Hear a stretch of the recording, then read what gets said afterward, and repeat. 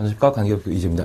이번 시간은 15회 기출문제를 함께 검토해 나가도록 하겠습니다. 먼저 1번 보시게 되면 주택법령상 관리사무장의 업무, 손해상 책임에 관한 설명으로 옳은 것 찾도록 되어 있습니다. 먼저 1번 보시게 되면 500세 이상의 공동체 관리사무소가 배치한 주택관리사 등은 손해상 책임을 보장하기 위하여 3천만 원에 보장하는 보증보험 등에 가입하여야 한다. 관리사무장인 주택관리사 등은 손해상 책임을 담보하기 위하여 보증보험 등에 가입하도록 되어 있습니다. 그럴 때 공동택의 세입수가 500세대 이상인 경우는 5천만 원을 보험에 가입하도록 되어 있고 500세대 미만의 경우는 3천만 원을 보험에 가입하도록 되어 있습니다. 그래서 500세대인데도 불구하고 3천만 원이라 표현했기 때문에 1번 질문 틀립니다. 2번입니다. 주택관리사 등은 공제금 등으로 손해배상할 때 15일 이내 보증보험 또는 공제에 다시 가입하거나 공탁금 중에 부족하게 된 금액을 보전하여야 한다. 그래서 손해배상이 이루어지게 된다고 하면 15일 이내 재가입하도록 되어 있습니다. 2번이 맞는 질문이죠. 3번입니다.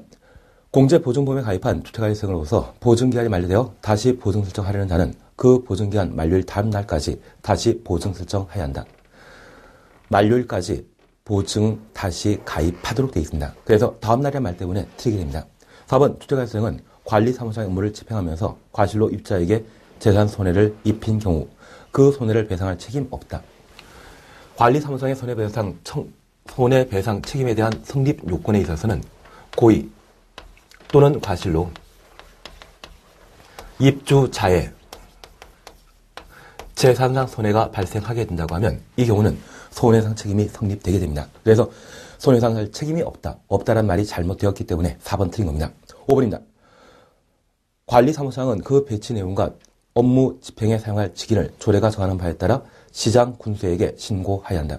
관리사무장은 자신이 사용할 직인 등에 대해 국토해양부령이 정하는 바에 따라 시장, 군수, 구청장에게 신고하도록 되어 있는데 이렇게 직인 신고와 관련되어 국토해양부령에서는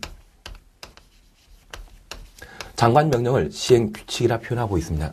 그 시행규칙에 따르게 된다고 하면 배치된 날부터 15일 이내 주택관리사 단체에 직인을 신고하도록 되어 있고 신고받은 주택관리사 단체는 그 사실을 시장, 군수, 구청장에게 매 분기마다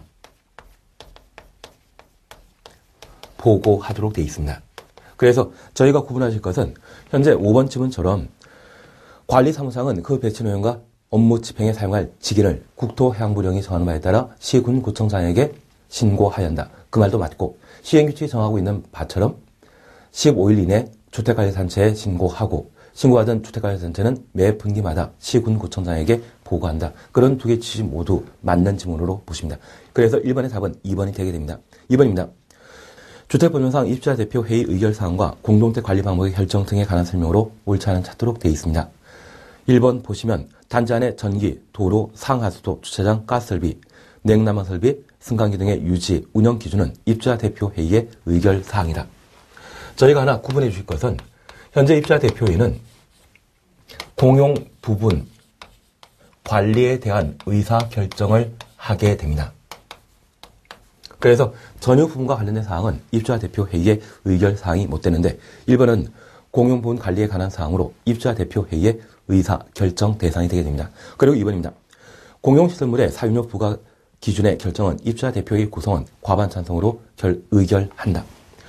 현재 입주자 대표회의가 의사결정하게 된다고 하면 그 의사결정 방법은 구성원 과반수 찬성으로 의사결정하는 것이 특징입니다. 다만 예외적으로 관리규약이 정한 바 있다고 하면 그 관리규약이 정한 인원 정족수 중에 3분의 2 이상을 선출하게 되면 선출된 입주자 대표 구성은 과반 찬성으로 의사결정하는 경우도 있습니다. 그래서 원칙과 예외가 동시에 존재한다는 것 하나 살펴놓습니다. 그리고 3번입니다. 공동택 관리 방법의 결정은 입주자 대표 회의의 의결 또는 전체 입주자 등의 10분의 1 이상이 제한하고 전체 입주자 등의 과반수가 찬성하는 방법에 따른다. 현재 관리 방법의 결정에 있어서는 입주자 대표 회의는 제한하는 자유고 이를 결정하는 자는 입주자 등의 과반수 이상의 서명 동의 받아 결정하는 것이 특징입니다. 그리고 4번 입주자 등의 10분의 1 이상이 요청한 때 입주자 대표 회의장은 해당일부터 30일 이내 입주자 대표 회의를 소집하여야 한다.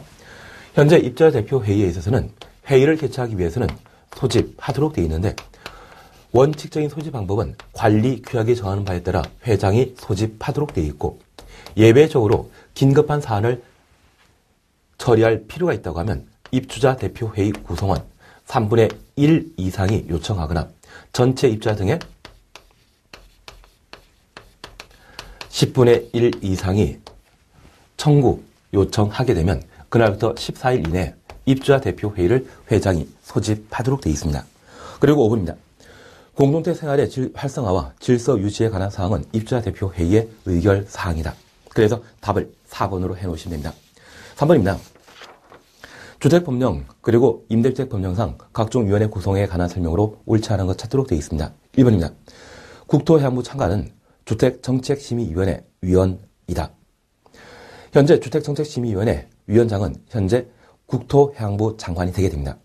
그리고 위원회 자격에 대해서는 현재 법률로 정해놓고 있는데 차관은 위원이 되질 못합니다.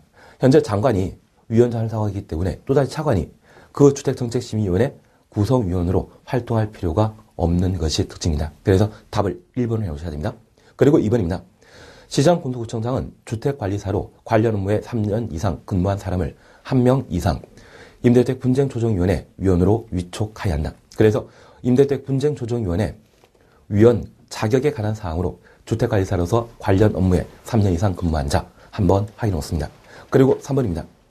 공동택관리 분쟁조정위원회는 분쟁이 발생한 공동택에 관리체가 추천하는 자 2인 이상 구성한다.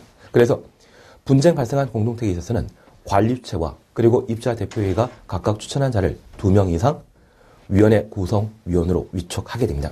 그리고 4번 시장군수구청장은 주택건설, 주택관리 분야에 관한 학식이 풍부한 자로서 공동택관리사무장직에 5년 이상 근무한 자 1명 이상을 분양가심사위원회 민관위원으로 위촉한다. 현재 분양가심사위원회 설치는 시군구청장이 하게 되고 그 자격과 관련되어 관리사무장직에 근무한 주택관리사로서 5년 이상 근무한 자를 위원으로 위촉하게 됩니다.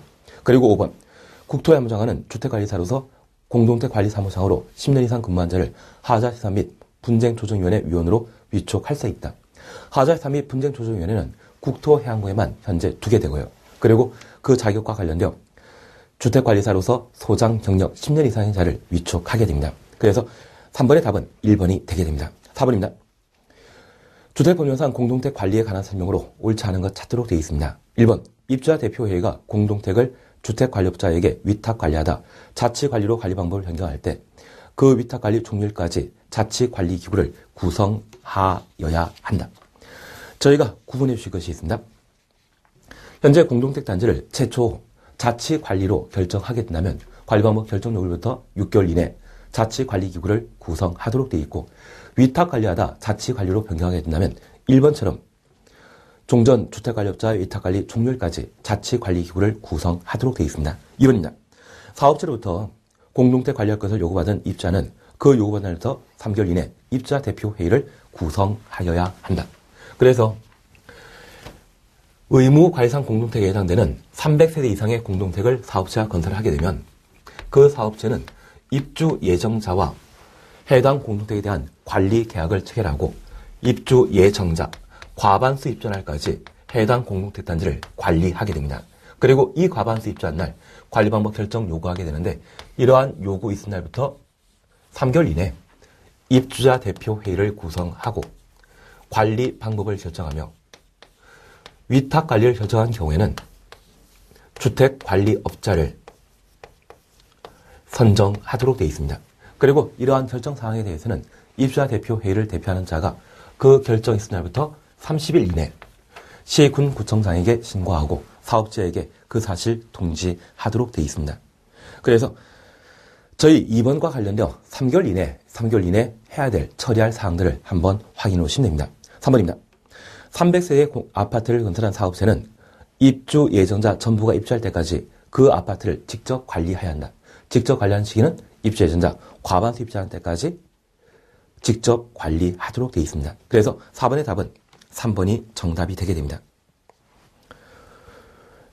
그리고 4번 신고 절차에 관한 사항을 저희가 보신 거고요. 그리고 5번 입주자 대표회는 해당 공동주택의 관리 여건상 필요하다 인정되는 때 500세대 이상의 단위로 구분하여 관리할 수 있다. 그래서 한 개 공동주택 단지에 있어서는 공동관리와 구분관리 가능한데 구분관리 시에는 한 개 관리기구가 관리하는 세대 단위는 500세대 이상으로 하도록 되어 있습니다. 그래서 4번의 답은 3번이 되게 됩니다.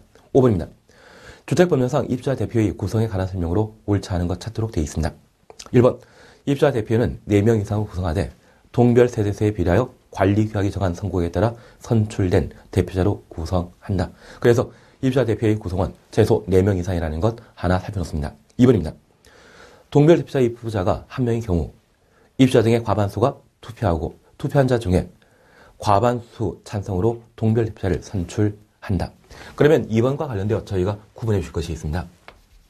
현재 동별 대표자는 관리규약이 정하는 바에 따라 선거구마다 동별 대표자를 선출하도록 되어 있습니다.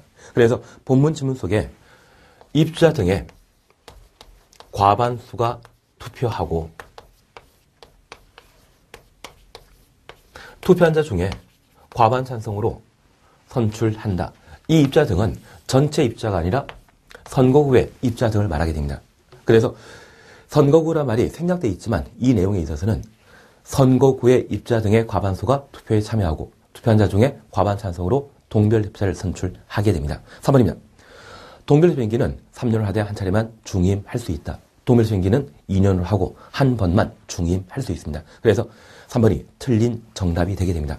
4번은 결격 사유에 관한 사항이고요. 5번 동별 대표자에 대한 선출 방법에 관한 사항을 서술하고 있습니다. 6번입니다.